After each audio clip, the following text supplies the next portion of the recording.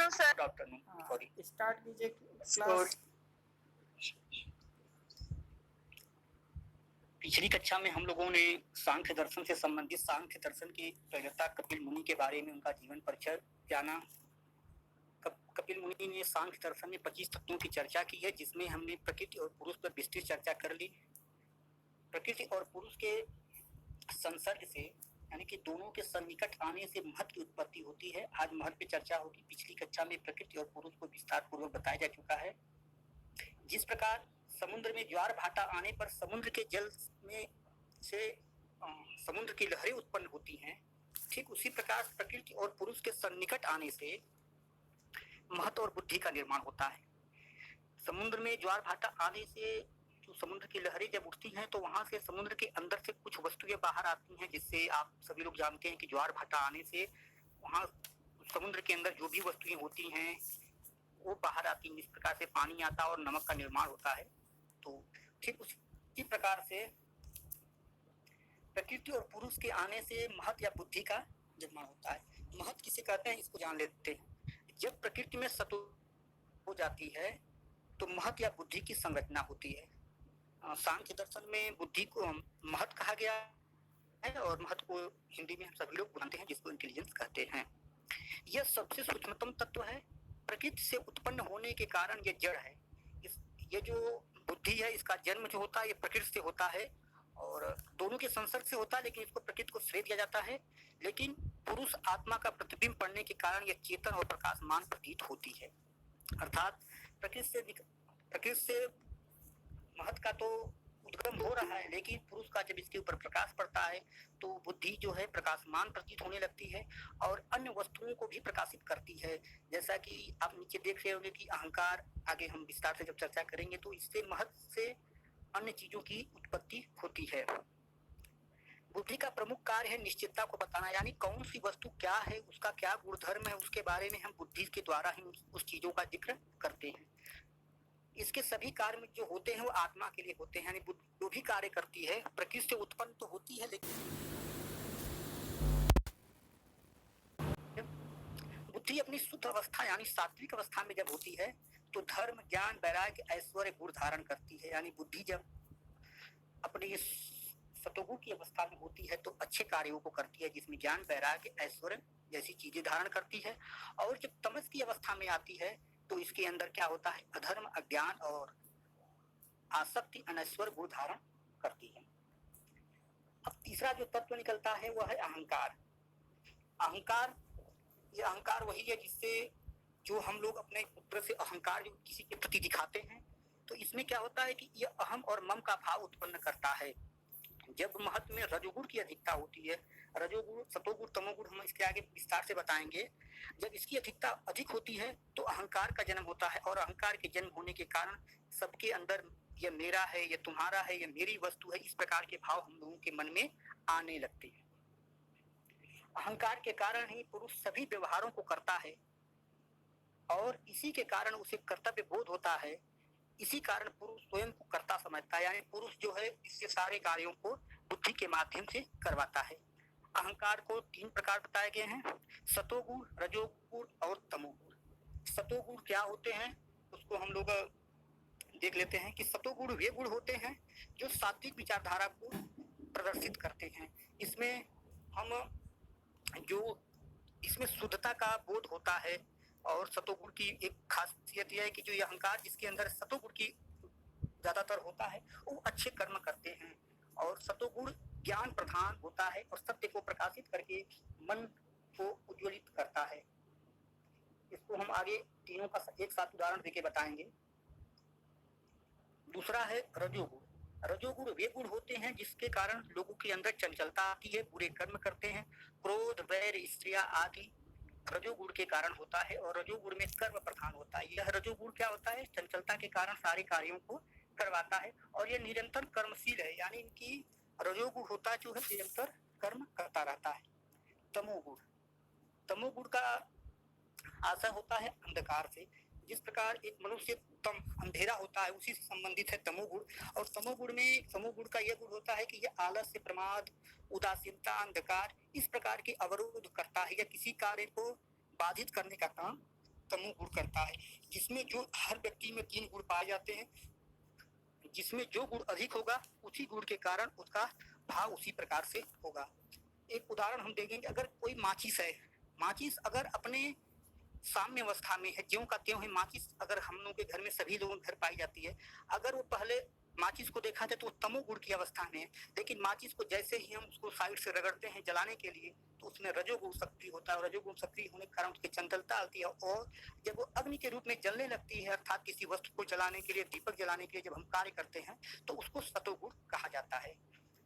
दूसरा उदाहरण दे रहे हैं कि अगर एक कार है, कार कहीं घर पे खड़ी है तो वह तमोगुण की अवस्था में, अर्थात उसके अंदर आलस्य, अपने जगह वो खड़ी है, एक जगह निश्चित जगह पे खड़ी है, लेकिन जैसे ही उसमें हम चाबी लगा के कार को स्टार्ट करते हैं तो उसके अंदर रजोगुण की प्रधानता होने लगती है, उसके अंदर चंचलता आने लगती है, और जब चाबी लगाने के कारण गाड़ी जब चलने लगती है तो सतोगुण अपनी शुद्धता, कहीं जिसको जहाँ जाना हो वो अपना रूप देने लगती है, और सतोगुण के कारण हमको आनंद की प्राप्ति होती है।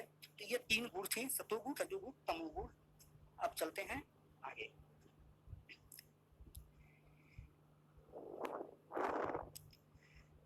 हमने ये जो सतोगुण रजोगुण है इसको कई नामों से जाना जाता है, जैसे सात्विक अहंकार, राजस अहंकार, तामस अहंकार, इसको सत रज तम कई नामों से बोला जाता है। तो अब देखते हैं कि सात्विक अहंकार को बता दिया। हाँ, सात्विक अहंकार से अब मन की उत्पत्ति होती है। मन क्या होता है इसके बारे में हम जानते हैं। सांख्य दर्शन ने मन को सात्विक अहंकार से उत्पन्न एक इंद्रिय माना है, यानी सात्विक अहंकार से मन की उत्पत्ति होती है। यह अन्य 10 इंद्रियों को उनके विषयों की ओर प्रेरित करता है, यानी सभी लोग जानते हैं कि सारे जो काम हम करते हैं वह मन के हिसाब से ही करते हैं, मन हमको सारे कार्यों को करवाता है। ज्ञानेंद्रियां, जो आगे हम 5 ज्ञानेंद्रियां और कर्मेंद्रियों की चर्चा करेंगे, ये तो हमें केवल कुछ है ये बताती हैं कि क्या है ज्ञानेंद्रिया। जैसे आंख ने हमको दिखा दिया कि सामने कोई वस्तु है, लेकिन यह वस्तु कैसी है, इसका क्या उपयोग है, इसकी जानकारी हमको मन ही तय करता है, मन ही बताता है कि कौन सी वस्तु किस कार्य के लिए है। यह ज्ञानेंद्रिया और कर्मेंद्रियों को अपने विषय की ओर ले जाता है। मन जो होता है वह ज्ञानेंद्रिया और कर्मेंद्रियों के अपने विषय के ले जाता है, और इंद्रियों से प्राप्त ज्ञान को ही सविकल्प बनाता है, जिसमें उसको कार्य करने के योग्य बनाता है। मन एक विचित्र ऑर्गन है, सभी इंद्रियों से सूचना लेकर उनसे कार्य करवाता है। मन क्या करता है, जो भी पंच इंद्रियां और पंच कर्म इंद्रियां हैं इनके द्वारा सूचना लेके इनसे कार्य करवाता है, किससे क्या करवाना है।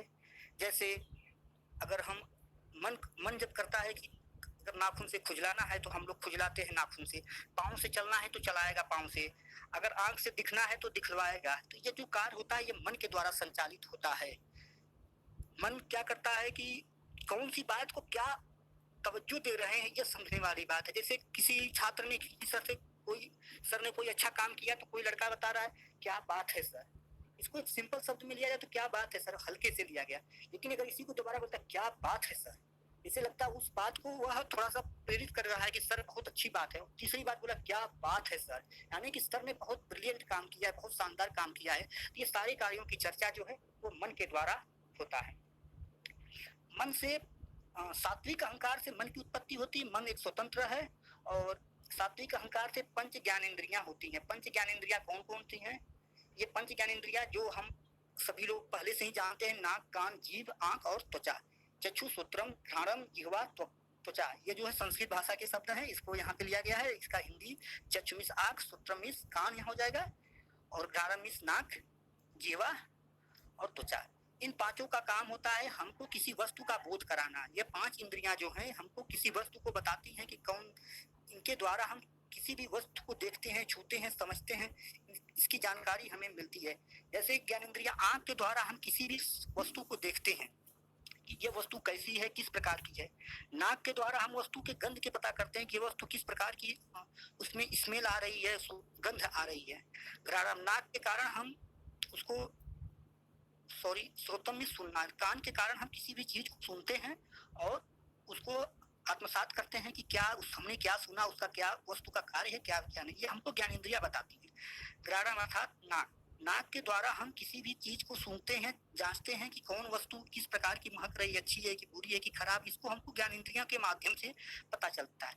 जीवा, जीवा अर्थात जीव का सभी लोग कार्य जानते हैं कि जीवा जो होती है कौन सा स्वाद किस प्रकार का है, कड़वा है, मीठा है, खट्टा है, इस प्रकार की सूचना हमको जीवा के द्वारा मिलती है। और त्वचा के द्वारा सभी लोग जानते हैं कि त्वचा से हमको शरीर के जो भी स्पर्श करते हैं, जो भी वस्तुएं छूते हैं, कौन वस्तु गर्म है कौन ठंडी है, इसकी जानकारी हमें त्वचा के माध्यम से मिलती है।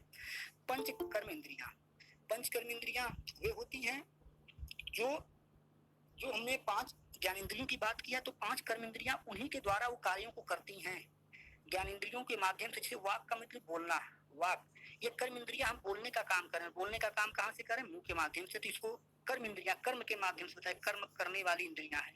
पाणी अर्थात हाथ, आप लोगों ने सुना होगा पाणी संस्कृत का शब्द है, चक्र पाणी, जैसे जिसके हाथ में वीणा हो, ठीक उसी प्रकार से पाणी क्या होता है? हाथों के द्वारा हम किसी कार्य को करते हैं। पाद, पाद अर्थात पैर होता है, जिसके द्वारा हम सभी लोग चलते हैं। पायु, पायु को अर्थ होता है संस्कृत में मल त्याग, जहाँ से हम मल त्याग करते हैं, पंच कर्म इंद्रियां के अंतर्गत आता है। उपस्थ, उपस्थ क्या होता है कि जहाँ जनन जो प्रजनन की क्रियाएं होती हैं उसको उपस्थ कहा गया है। ये हो गए सात्विक अहंकार के दो भाग, पंच ज्ञान इंद्रिया और पंच कर्म इंद्रियां। यह सात्विक अहंकार के कुल 10 हिस्से हो जाएंगे। आपको सात्विक अहंकार में एक मन हो गया, और ये 5 ज्ञानेंद्रियां और 5 कर्म इंद्रिया, ये टोटल मिला के 11 हो गए। ठीक है, इसके आगे चलते हैं हम लोग तामस अहंकार में। ये जो तामस अहंकार में क्या होता है कि 5 तंत्र मात्राएं पाई जाती हैं। ये जो 5 तंत्र मात्राएं हैं, इसमें होता है शब्द, रस, रूप, गंध, स्पर्श।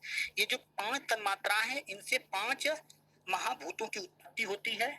और संस्कृत का आप लोगों ने श्लोक सुना होगा कि छित जल पावक गगन समीरा पंच रहित यह अधम शरीरा। ये हमारा शरीर, यह प्रकृति, यह ब्रह्मांड 5 वस्तुओं से मिलकर बना है, और इसको पंच महाभूत कहते हैं। शब्द, पंच, ये पंच जो तन्मात्राएं हैं, इनसे पंचभूतों का निर्माण होता है। जैसे शब्द, अगर हम कोई शब्द इस वातावरण में जो भी बोल रहे हैं, उसको कहाँ पे वो जाके खत्म हो रहा है, उसका अस्तित्व कहाँ है? वो जाके आकाश, इस पूरे जो हमको गगन दिख रहा है, आकाश दिख रहा है, ये इसी में जाके लीन हो जाता है, इसी में समाप्त हो जाता है। स्पर्श, वायु अर्थात जो पंच महाभूत में वायु है, उसके द्वारा हम हवा जो बहती है, तो हम उसको केवल स्पर्श करते हैं, उसको जान पाते हैं कि स्पर्श हवा चल रही है, इसका हम केवल एहसास कर सकते हैं। ये बहुत ही सूक्ष्म तत्व है। तेज अर्थात अग्नि, अग्नि को केवल हम उसके रूप और को देख के जान पाते हैं कि ये अग्नि यहाँ पर जल रही है।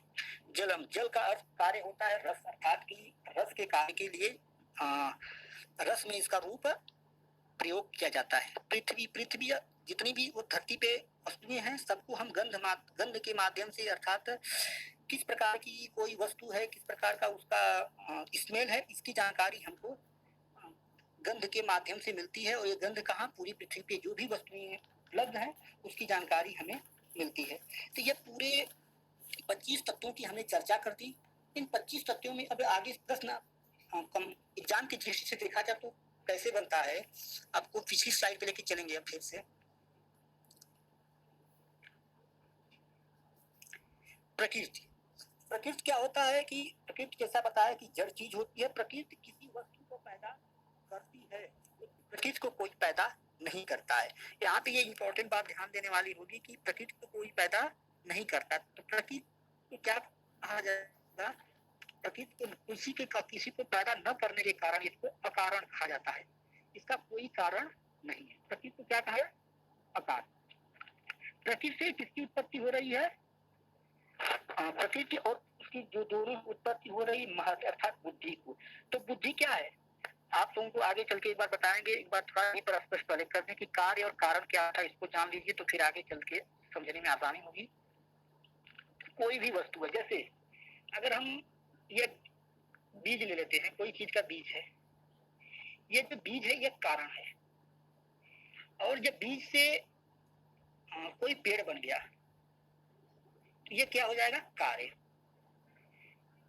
बीज क्या है? कारण है, और पेड़ जो है कार्य है। इसको आप ठीक उसी तरह से प्रकृति जो है यहाँ पर, प्रकृति जो यहाँ पे कारण है और महत जो है कार्य है।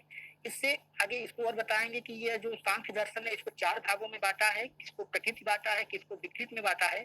तो आप लोग यहाँ से पहले समझ लीजिए कि प्रकृति जो है किसी से उत्पन्न नहीं होती है, प्रकृति अकारण है। लेकिन प्रकृति से जो है बुद्धि उत्पन्न होती है, तो बुद्धि क्या हो गई? बुद्धि जो है कार्य हो गई।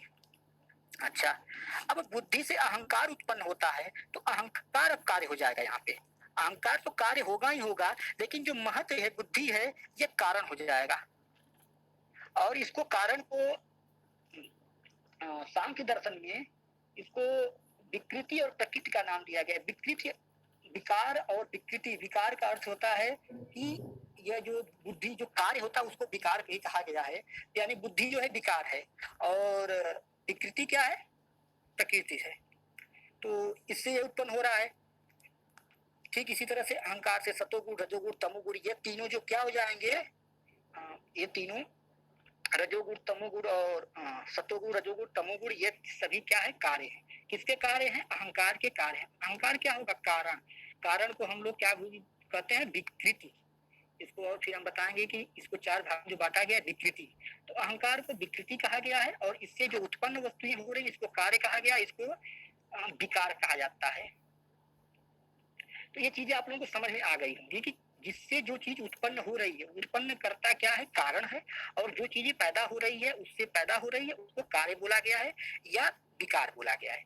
अब आप लोगों को परीक्षा की दृष्टि से ये प्रश्न आते हैं कि सांख्य दर्शन के अकॉर्डिंग कि प्रकृति क्या है। तो प्रकृति को कहा जाता है, प्रकृति प्रश्न आ जाए कि प्रकृति क्या है, कारण है कि कार्य है, अकारण है। तो हम क्या बताएंगे, प्रकृति अकारण है। दूसरा, इसमें ये पूछा जाता है कि कौन केवल विकृति है, केवल विकृति की बात कर रहा है। तो केवल विकृति में 16 तत्व आते हैं, जिसमें विकृति हमने बताया कि जो केवल किसी दूसरे से उत्पन्न हो, विकृति। अर्थात इसमें हो जाएगा, एक मन हो जाएगा, ये मन है, और पंच महाभूत, विकृति, पंच महाभूत और इंद्रियां और मन। एक मन हो गया, पंचतान मात्रा, ठीक है। तो विकृति क्या है, मन एक हो गया, पंच इंद्रियां या पांचों इंद्रियां हो गई, क्योंकि इससे इसकी उत्पत्ति हो रही है। और इधर पंच तन मात्राएं, पंच तन मात्राएं, ये टोटल 11 जो क्या है, इसको विकृति कहा जाएगा। विकृति क्योंकि यह विकृति इसलिए है क्योंकि इसकी उत्पत्ति किसी से हो रही है। और किससे हो रही है, सात्विक अहंकार से हो रही है। सात्विक अहंकार से मन की उत्पत्ति हुई, सात्विक अहंकार से पंच ज्ञान इंद्रियों की उत्पत्ति हुई, और इधर देखा जाए तो तमस अहंकार से पंच तन मात्राओं की उत्पत्ति हुई। आप लोगों को थोड़ा सा ये साइड में लिखा गया है कि ये पंच तन मात्राओं से ये पंच महाभूतों की उत्पत्ति होती है, कि न कि तमस अहंकार से। तो यहाँ तक आप लोगों को क्लियर हो गया होगा। दूसरी चीज कि विकृति क्या है। तीसरा चीज है कि प्रकृति भी है और विकृति। तो इनकी सांख्य दर्शन में 7 चीजों की चर्चा की गई है, कौन प्रकृति और कौन विकृति। तो पिछली स्लाइड में आप लोगों ने देखा होगा कि महत्व था। तो महत्व जो है प्रकृति है। प्रकृति इसलिए है कि क्योंकि वह केवल उससे पैदा हो रहा है, प्रकृति से। और अहंकार जो तीनों अहंकार हैं इसमें, सत्व, रज और तम, इसके अलावा 5 तन मात्राएं, तन मात्राएं। पिछले स्लाइड में पंच महाभूत बताना था, ठीक है। अच्छा, तो पंच जो तन मात्राएं हैं, ये जो है 5 और 3 8, ये जो है 8 जो है वो विकृति है।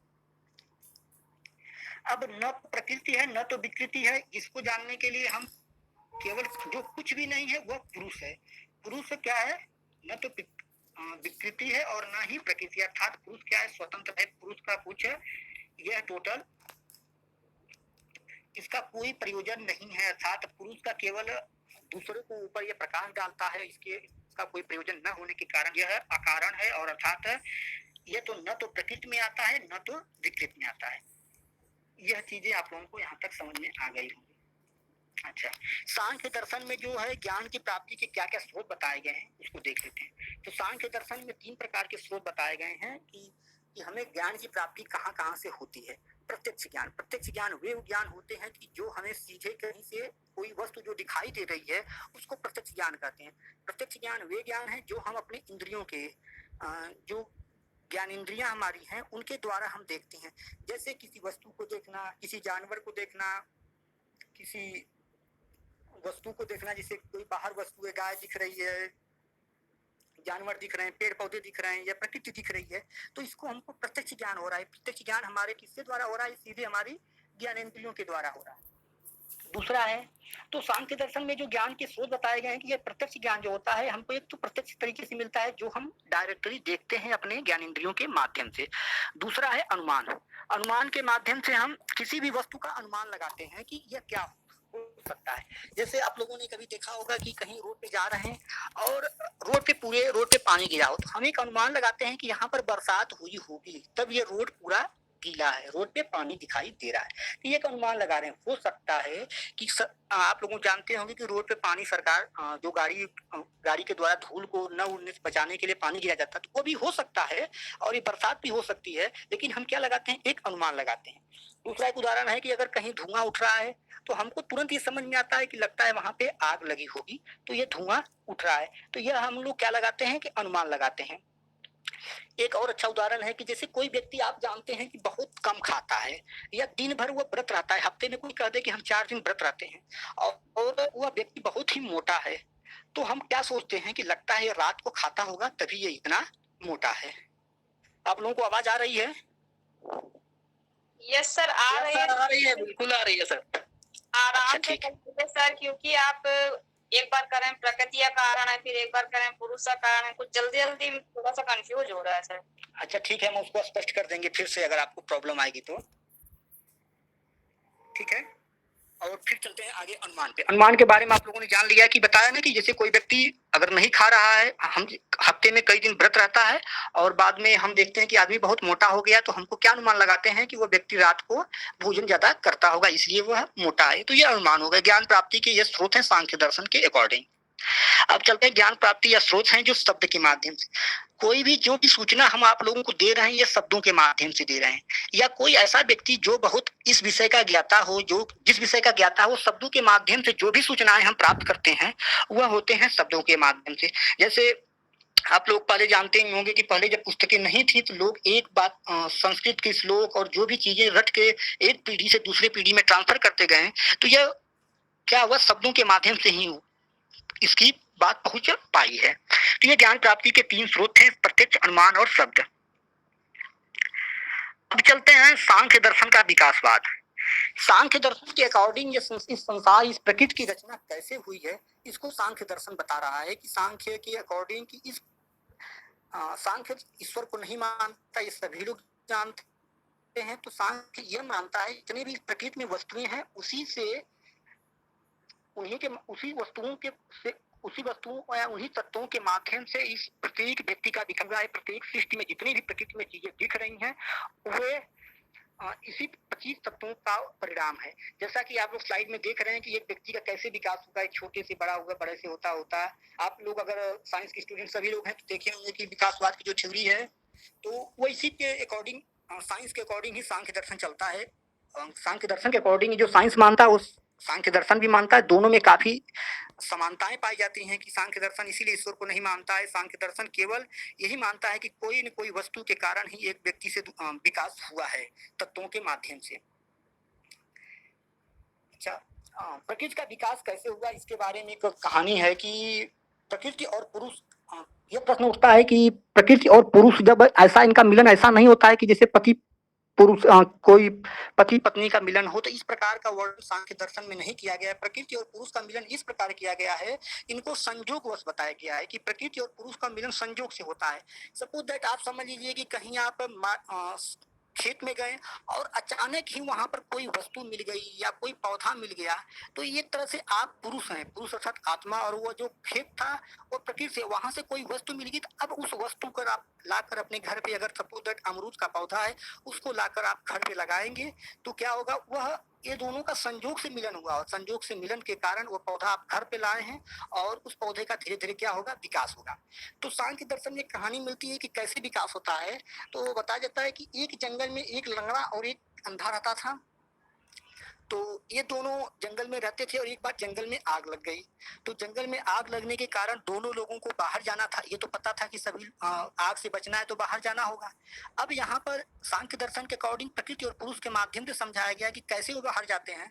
आप सभी लोग जानते हैं कि लंगड़ा पैर से लंगड़ा है लेकिन वो आंख से देख रहा है, अर्थात उसके अंदर चेतना है वो, लेकिन वो चल नहीं सकता। उसके पास आंख तो है लेकिन चल नहीं सकता। लेकिन अंधे के पास आंख नहीं है लेकिन वह चल सकता है, तो अंधे के कंधे पर या पर वो लंगड़ा है वो बैठ जाता है और धीरे धीरे दोनों इस जंगल को पार कर जाते हैं। तो सांख्य दर्शन यही बताता है कि जो प्रकृति है, प्रकृति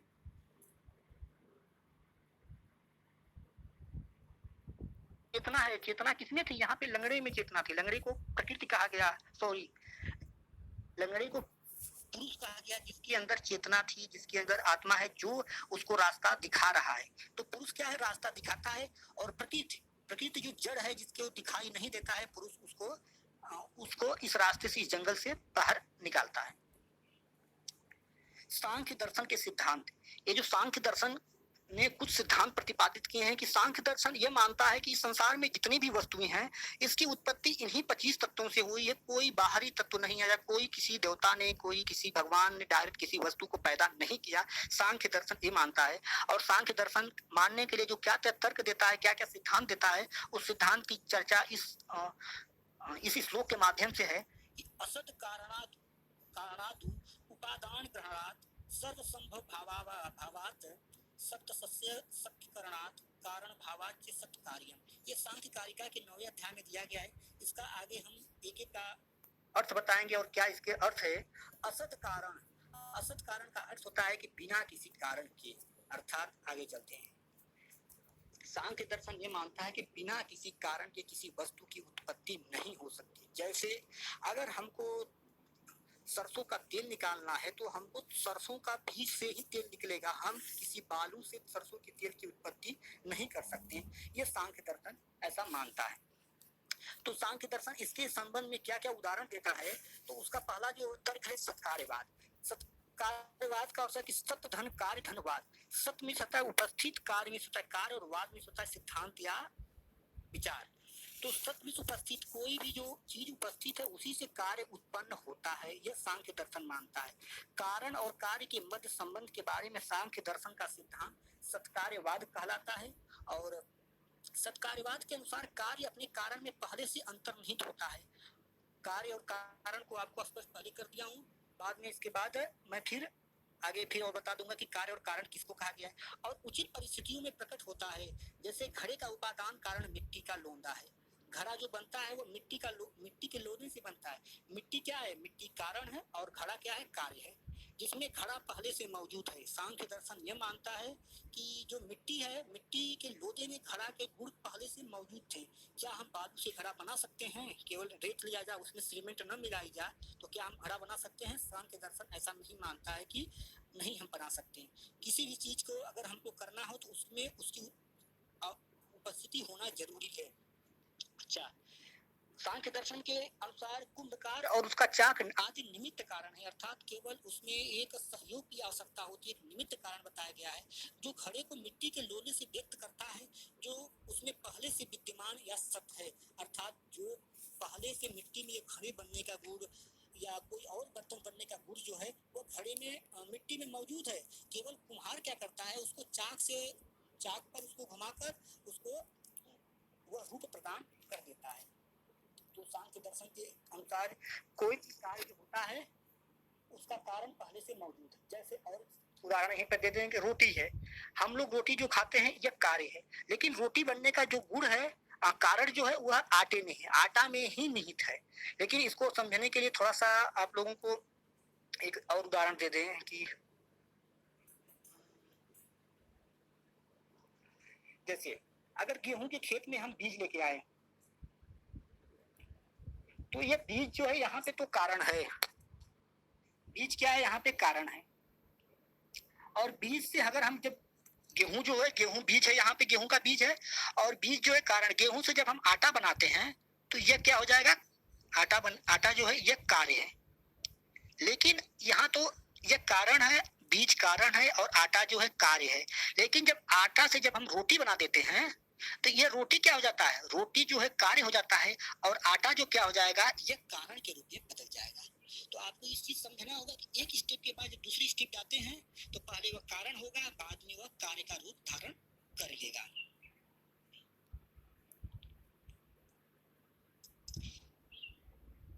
तो सत्कार्यवाद के बारे में ये बताया हमने।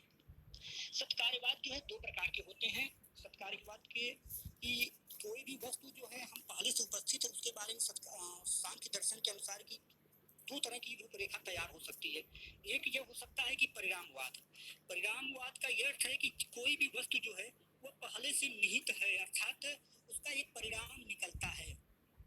जैसे बीज से पौधे का बनना यह एक तरह से परिणाम है, यानी उससे उसी चीज की उत्पत्ति हो रही है। दूध से दही का बनना, मिट्टी से घड़े का बनना, या मूर्ति जो कारण है, पत्थर जो है, पत्थर कारण है, पत्थर से क्या बनता है, मूर्ति बनती है। तो इस तरह से देखा जाए तो यह परिणाम एक तरह से रिजल्ट हमको मिल रहा है। लेकिन विवर्तवाद क्या होता है, परिणामवाद का विपरीत होता है। जैसे कभी कभी क्या होता है कि हमको केवल आभास हो जाता है। जैसे आप रास्ते में जा रहे हो, कोई रस्सी गिरी हो और हमको लगता है कि रात के समय में अगर हो तो हमको लगेगा सांप है। तो यह जो सांप समझने का भ्रम है, ये हमको तो सांप तो वास्तविक में था नहीं, वो तो वहाँ पे रस्सी है। तो इसको सांख्य दर्शन में विवर्तवाद कहा गया है। इसके अलावा कभी कभी आप लोग देखते हैं कहीं रास्ते में जाते हैं तो शीशा गिरा होता है और हमको चमकता है, हमको क्या लगता है, हीरा नजर आता है, ये लगता है हीरा गिरा होगा। तो इस प्रकार का जो ये आभास हम करते हैं इसको सांख्य दर्शन में विवर्तवाद कहा गया। असत करणार्थ, असत मिस अमिस नहीं है। सत जो चीज उपस्थित नहीं है उससे किसी चीज की उत्पत्ति नहीं की जा सकती, अर्थात जो असत है ही नहीं, उसे उत्पन्न या प्रकट नहीं किया जा सकता। जैसे बंध्या, सभी जानते हैं कि जो बांझ औरत होती है उसको पुत्र की प्राप्ति नहीं हो सकती। आजकल जो नए सिस्टम से हो रहे हैं तो उसकी बात यहाँ सांख्य दर्शन नहीं करा, सांख्य दर्शन बहुत पुराना दर्शन है।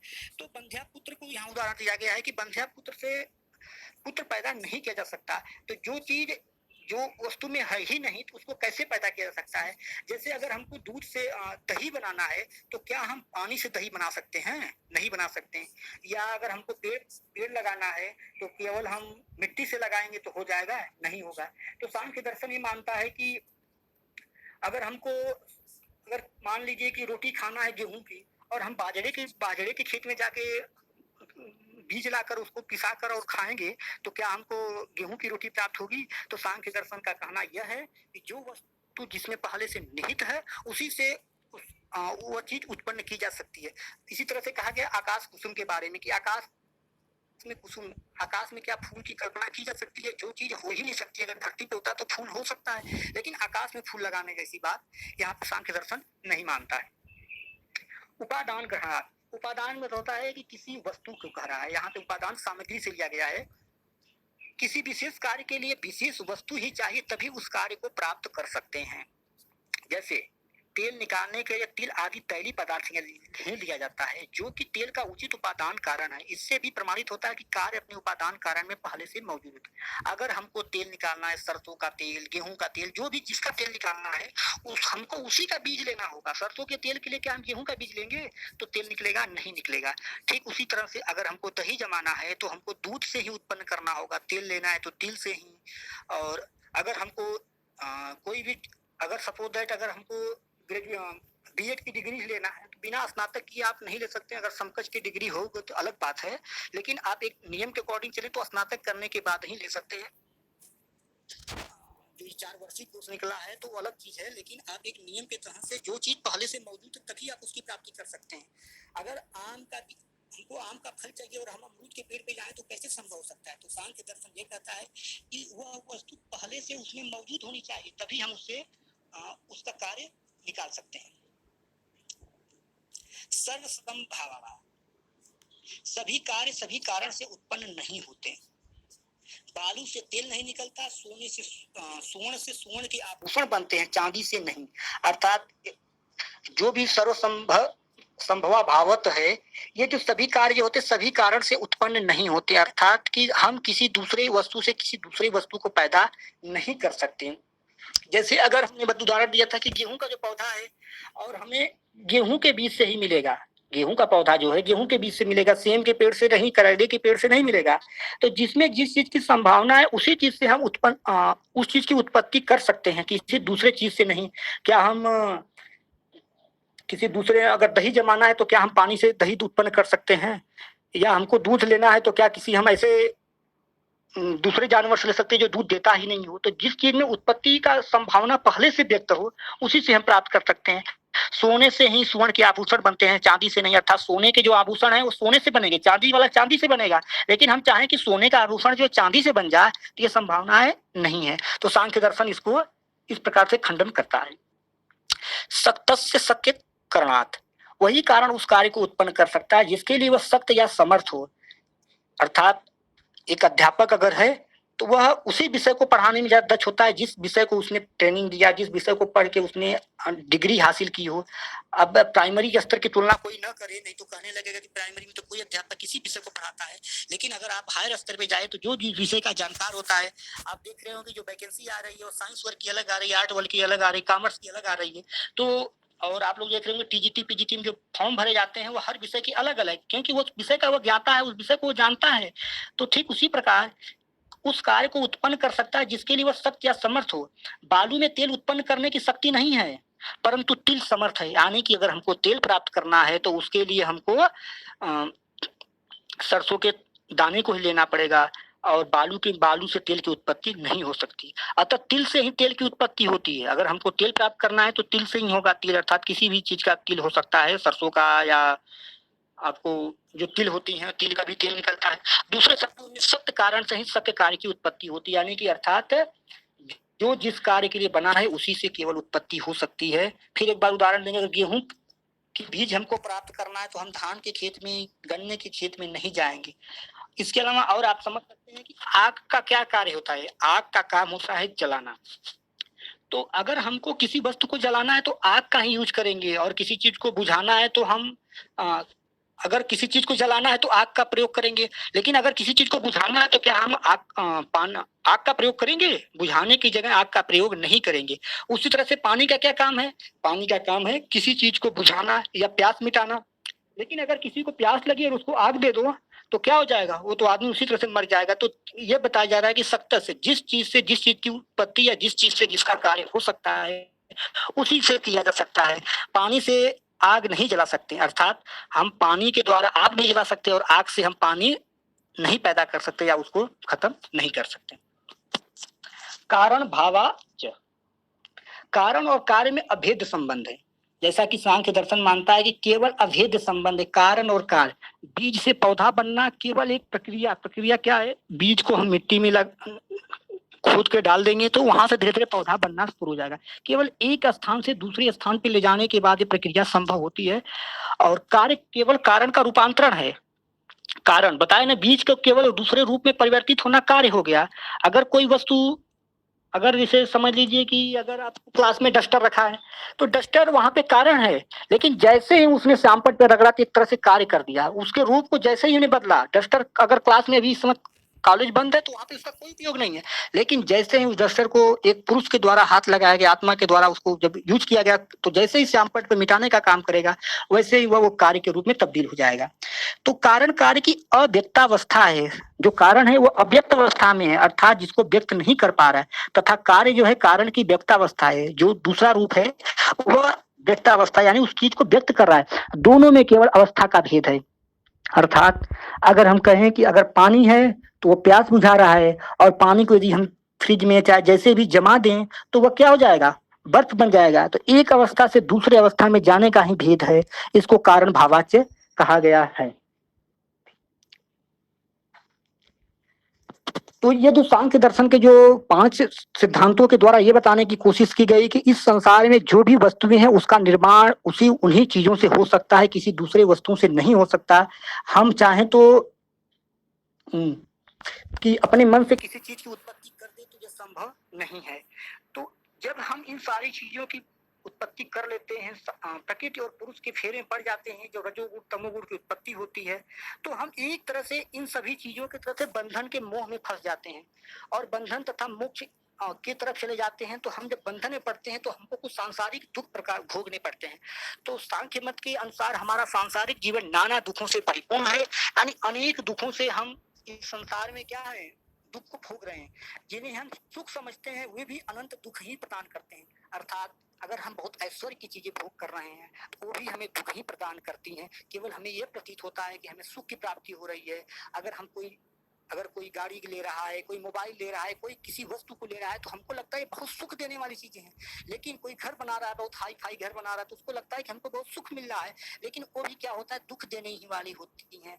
अगर इसको और समझे, कोई व्यक्ति ज्यादा धन कमा रहा है तो उसको तो एक तरह से खुशी तो मिल रही कि मैं बहुत इस क्षेत्र का सबसे संपन्न आदमी हूँ, लेकिन उसी पैसे के कारण उसका जान मार दिया जाता है, उसी पैसे के कारण उसको घर में एक नौकर रखना पड़ता है, एक गार्ड रखना पड़ता है, एक कुत्ते को पालना पड़ता है, सेफ्टी के लिए कैमरा लगवाना पड़ता है। तो ये उसको दुख भी प्रदान करते हैं।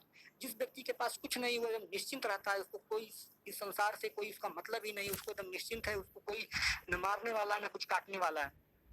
तो इस संसार में जो दुखों के 3 प्रकार बताए गए हैं, वे दुख कौन कौन है, इसको हम जान लेते हैं। आध्यात्मिक दुख, आदि भौतिक दुख और आदि दैविक दुख। ये 3 प्रकार के दुख हैं, इसकी चर्चा हम एक एक कर करें। आदि दैविक दुख, जैसा कि नाम से ही लग रहा है कि दैविक दुख, ये जो दुख होते हैं, ये इस प्रकार के दुख देवी देवताओं के द्वारा प्रदान किए जाते हैं। जैसा कि आदि दैविक, इसमें अलौकिक कारणों से उत्पन्न दुख आते हैं। अलौकिक कारण जो अर्थात जैसे भूत प्रेतों का उपद्रव, ग्रह पीड़ा, ये जो दुख होते हैं, इस प्रकार के दुख होते हैं, वो हमको मतलब कि आदि दैविक दुख के अंतर्गत आते हैं। आदि दैविक दुख के अंतर्गत और हम कुछ स्पष्ट कर दे। सर क्लास अभी और चलेगी सर, कितनी देर तक? ये अभी पॉइंट खत्म कर दो। हाँ, दुख जो आप बता रहे हैं उसके बारे में बता दीजिए। ठीक है सर। आदि दैविक दुख वे दुख होते हैं जो देवी प्रकोपों द्वारा होने वाला दुख है। इस प्रकार के दुख में मनुष्य का कोई हाथ नहीं होता, मनुष्य इसको कुछ नहीं कर सकता। प्रकृति का दोहन कर देने से, जैसे अगर हम देखा जाए तो इसमें केवल मनुष्य का हाथ नहीं होता। अगर हम प्रकृति का एक तरह से शोषण कर रहे हैं, अगर पेड़ पौधों को काट रहे हैं, तो तूफान बाढ़ जो चीजें आती हैं, तो ये मनुष्य का तो हाथ है, लेकिन उसमें मनुष्य का नाम नहीं आता है। कहा जाता है कि प्राकृतिक आपदा है, तो उसको देवी देवताओं का नाम दिया जाता है। जिस प्रकार का भूत प्रेतों आदि उपग्रह, भूत प्रेतों का उपद्रव होता है, ग्रह पीड़ा जो होती है, जो हम लोग दुख भोगते हैं, जैसे इसके अंतर्गत और भी चीजें आएंगे, सूखा आता है, बाढ़ आता है, भूकंप आता है, अगर टिड्डी दल आ गया, इस समय जो कोरोना है, लोग कुछ लोग कह रहे हैं कहीं से बीमारी है, कुछ है, तो इस तरह से अगर पूरे संसार में फैली हुई है, तो एक तरह से देखा जाए तो यह भी एक तरह से दैवीय आपदा के अंतर्गत ही देखा जा सकता है कि पूरे देश में छाई हुई है। कुछ लोग इस पर खंडन भी कर सकते हैं के लोग, लेकिन जैसा कि मैंने सुना तो यह आदि दैविक दुख के अंतर्गत इसको रखा गया है। इसके आगे आदि भौतिक दुख वे दुख होते हैं, यह मनुष्य को होने वाला शारीरिक दुख है, और यह मनुष्य के शरीर में होता है। जैसे कि कोई, जैसे किसी व्यक्ति को कोई बीमारी हो गई, कोई व्यक्ति अपाहिज हो गया, ये आदि भौतिक दुख है। ये इस प्रकार के दुख हैं जो हमारे शरीर के इस भौतिक संसार के द्वारा उत्पन्न होते हैं। इन भौतिक दुखों में, जैसे मनुष्य के द्वारा अगर किसी मनुष्य को दुख दिया जा रहा है, तो आदि भौतिक दुख है।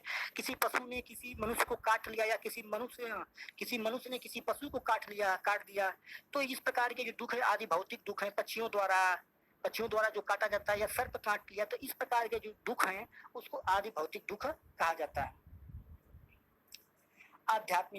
आध्यात्मिक दुख वे दुख होते हैं जो एक तरह से कहा जाए कि यह शारीरिक दुख देने वाला, शरीर के अंदर जो शारीरिक और मानसिक रूप से इसकी उत्पत्ति होती है, शरीर के अंदर ही स्वतः उत्पन्न होता है। ये मन या शरीर से उत्पन्न होता है, जैसे किसी रोग का होना, किसी क्रोध या संताप के कारण, और जैसे किसी के माता पिता ने किसी बच्चे को मार दिया, तो यह तरह से उसके शारीरिक दुख पहुंचा है, उसको आध्यात्मिक, उसके मन को एक मानसिक रूप से पीड़ा हुई, शारीरिक दुख हुआ। तो इस प्रकार के दुख आध्यात्मिक दुख होते हैं। ये दुख सीधे मनुष्य की आत्मा को होते हैं। ये दुख क्या होते हैं? अगर किसी ने किसी को बात कोई बोल दिया, उस बात को उसको लग गई, तो यह क्या होगा, उसकी आत्मा को ठेस पहुंच रही है। ये दुख सीधे मनुष्य की आत्मा को होते हैं। जैसे अगर कोई, हम देखते हैं कि किसी के माता पिता अगर किसी बच्चे से छूट जाते हैं, किसी के माता पिता कहीं छूट जाते हैं, या कोई घर छोड़ के जब जाता है, तो घर पे क्या अवस्था, माता पिता की अवस्था यह होती है कि उनको आध्यात्मिक दुख होता है, उनको अपने पुत्र की याद सताने लगती है। इस प्रकार के दुख शारीरिक और मानसिक दुख के रूप अंतर्गत आते हैं। कभी कभी हम अपने समाज की दयनीय दशा को भी देखते हैं, तो हमारे मन में एक भाव पैदा होता है कि इतनी गरीबी है, स्त्रियों की यह दशा है। इस प्रकार के दुख को जो हम देखते हैं, तो हमारे जो आध्यात्मिक दुख के अंतर्गत आते हैं। इसके अंतर्गत आपने लोगों ने जल्दी देखा होगा कि अभी पेपर में कई न्यूज आती रहती हैं कि जैसे किसी बीमारी को कभी कोई स्ट्रेचर नहीं मिला या कोई एम्बुलेंस नहीं मिली। इस प्रकार को जो देखने के बाद हमारे मन में जो भाव उत्पन्न होता है, ये सारी चीजें क्या होती हैं, आध्यात्मिक दुख के अंतर्गत आती हैं। क्रोध, मोह, लोभ, स्त्री आदि इसी के अंतर्गत आता है। जो लोग कभी कभी देखते होंगे कि अपने आप को गुस्सा कर लेते हैं, रूठ जाते हैं, तो ये सब चीजें क्या होती हैं, आध्यात्मिक दुख है। और किसी जानवर को देखा होगा कि कोई जिसे किसी ने किसी जानवर को, गाय को पाला हुआ है, तो उससे उसका बहुत लगाव हो जाता है। लेकिन क्या देखते हैं कि उस जानवर को अगर बेच दिया जाता है तो उस घर के बच्चे रोने लगते हैं, जो जिसको पाल रहा है वो रोने लगते हैं। वो पशु भी एक तरह से अगर आंखों को आंसू बहाने लगता है, लेकिन वो प्रतीत नहीं होता, उसको केवल हम भावनाओं के द्वारा ही समझ सकते हैं। और कभी कभी क्या देखा होगा कि आप लोगों ने कि अपनी भावनाओं को व्यक्त करने के लिए कुछ लड़के कुछ लोग अपने अगर किसी से कुछ झगड़ा हो गया, किसी से कोई बातचीत हो गई, तो ब्रेकअप टाइप जैसे हो जाता है, तो लोग उसको अपने स्टेटस पे जो हम लोग लगाते हैं, वो भी एक तरह से आध्यात्मिक दुख के ही अंतर्गत आता है। किसी प्रेमिका के बिछड़ने का भी जो दुख होता है वो आध्यात्मिक दुख होता है। इसको हमको शारीरिक और मानसिक रूप से इसको ही व्यक्त करते हैं। तो अच्छा, इन सभी प्रकार के जो दुखों से हमको दूर होने के लिए हमको क्या करना होगा? हमको इस संसार के जितने भी प्रकार के 3 प्रकार के दुखों को बांटा गया है। इस संसार में जितने भी दुख है उनको 3 भागों में बांटा गया है। अगर कोई रोग, कोई दुख अगर हमारी आत्मा को चोट पहुंचा रहा है तो आध्यात्मिक दुख है। अगर कोई दुख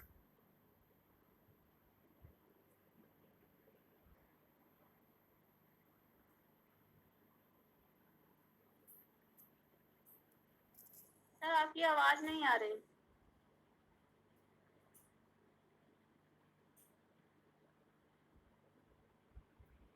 के दुखों को दूर करने के लिए हमको मोक्ष की प्राप्ति करनी चाहिए। कि मतलब इन सभी दुखों से दूर होने के लिए क्या करना चाहिए? प्रकृति और पुरुष के जो भेद हैं उससे दूर होने के लिए इस हमको मोक्ष की तरफ चलना पड़ता है। सांख्य दर्शन बताता है कि इन सभी दुखों से दूर होने के लिए हम मोक्ष की तरफ बढ़ना होगा।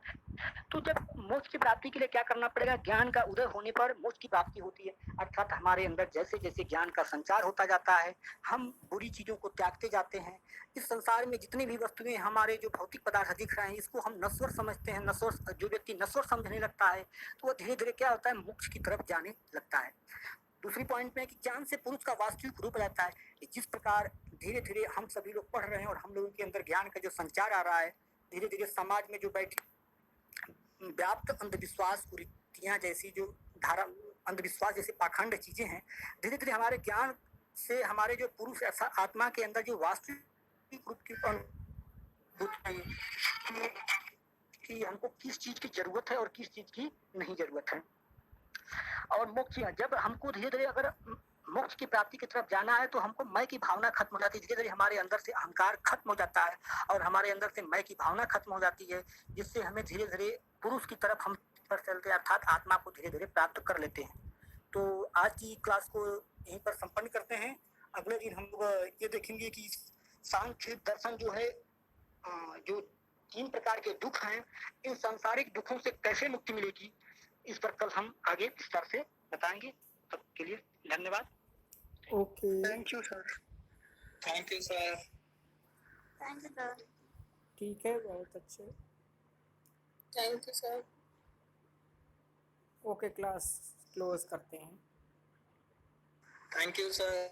Thank you sir. वो टॉपिक से रिलेटेड नहीं लग रहा, उस पिक्चर को देख करके तो आध्यात्मिक दुख में, आध्यात्मिक दुख में हमने जो लगाया उसमें एक दिखाने का प्रयास किया, जैसे एक तरफ एक लड़का एक लड़की, दोनों लोग एक तरह से बिछुड़ रहे हैं, उनके अंदर एक दुख का आभास हो रहा है। वाला नहीं, जहाँ सर जिसमें जानवर बहुत अच्छे अच्छे प्यारे प्यारे हैं, उसमें सर आपने बताया कि जब एक जानवर दूसरे जानवर को खाता है, सर उसमें कोई खाता हुआ चीज तो दिख नहीं रहा, बहुत अच्छा। नहीं, तो वहाँ पे यह बताने का प्रयास कि इन जानवरों के द्वारा अगर हम किसी मनुष्य को कोई हानि पहुँचती है तो उसको आदि भौतिक दुख कहा गया है। हमें यह दिखाने का वहाँ प्रयास किया हूँ। अगर मैंने वहाँ पे केवल एक जानवर को, जैसे अभी मैं सुबह लगा रहा था, जब पिक लगा रहा था, तो वहाँ पे केवल मैंने सांप काटने का दृश्य दिखा रहा था, तो आपके मन में प्रश्न उठ सकता है कि एक जानवर केवल ही हो सकता है। तो वहाँ पे इन सभी जानवरों से जिस प्रकार का अगर हमें कोई दुख और कोई परेशानी होती है तो उसको आदि भौतिक दुख कहा गया है। सर लेकिन वो चिड़िया घर की तरह लग रहा है, वो दुखों के कारण का तरह नहीं लग रहा है। कुछ मुंह बांधता हुआ, काटता हुआ कुछ लगता हुआ, तो जैसे लग रहा है कलेक्शन है चिड़िया घर।